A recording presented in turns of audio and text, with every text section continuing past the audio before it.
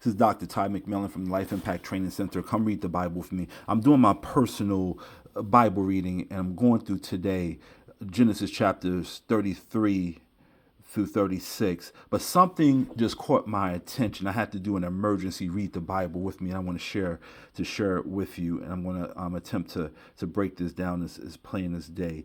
But sometimes you read the Bible, and still in context, you'll get a different revelation. So we know the story about Jacob, the issue he had with Esau. He went to stay with his uncle. He worked for 7 years, thought he was going to get Rachel, but Laban was a bigger crook than Jacob. Gave him Leah, the older sister, and he had to work another 7 years. So he got away from that situation. He met up with Esau. They reconciled. So verse 18. Well, first let me give you the outline that I had put together. 18 through 20. We see the reneging of a promise. Verses 17 through 20, he began an abode, verses 17. He brought an area, verses 18 and 19, and he built an altar, verse 20. I forgot to put the zero there. Let me just add the zero here. Verse 20. So we're going to break this all the way down. Then, verse 17, Jacob journeyed to Succoth, built himself a house, and made booths for his livestock.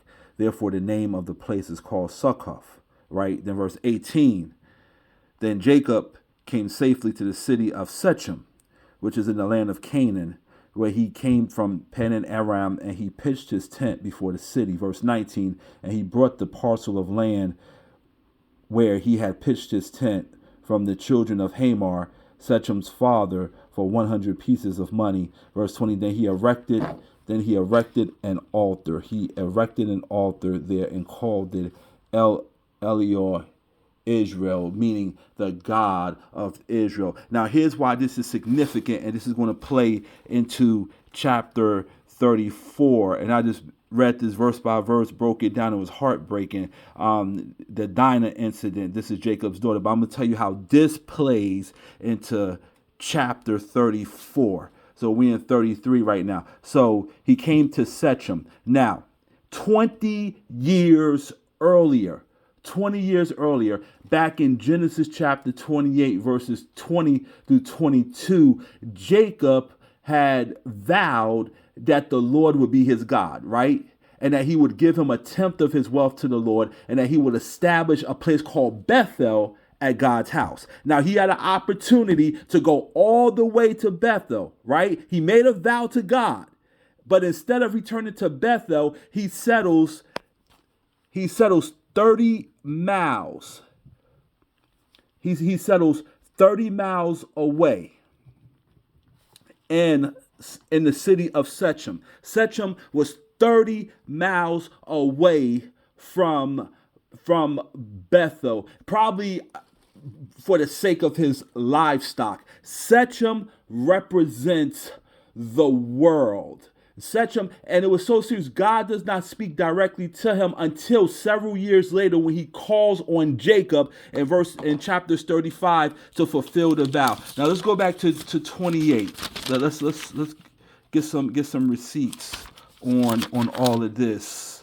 Let's get some receipts on all of this. Verse 28.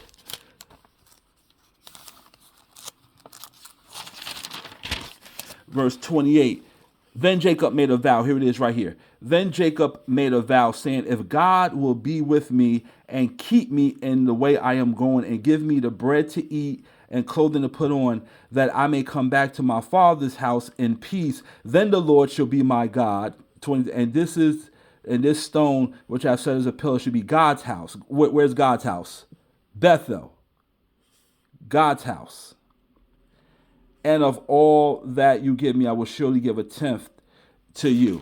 Let's go back to where we're at right now. So he had an opportunity after he saw Esau. Esau was like, y'all come on back home. Jacob was like, nah, we good, because Jacob was still suspicious of Esau. So he was suspicious. Like, nah, you go ahead. You go forward. We good over here. So he had an opportunity to fulfill his vow, and to go to Bethel. If Jacob was playing a game of spades, he would be called for reneging. He reneged on the promises of God. So this comes into play. He settled in Shechem.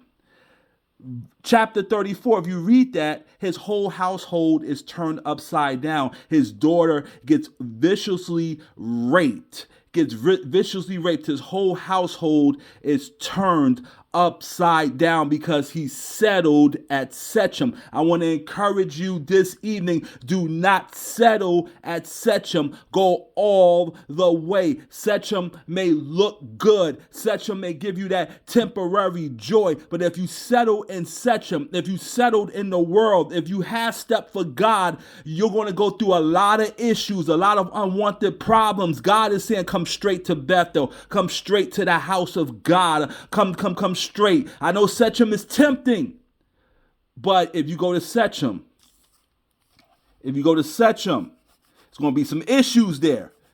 Your family, the people connected to you, is going to be affected because you settle. I want to encourage you tonight. Do not settle at Shechem. Go straight to Bethel, which is God's house.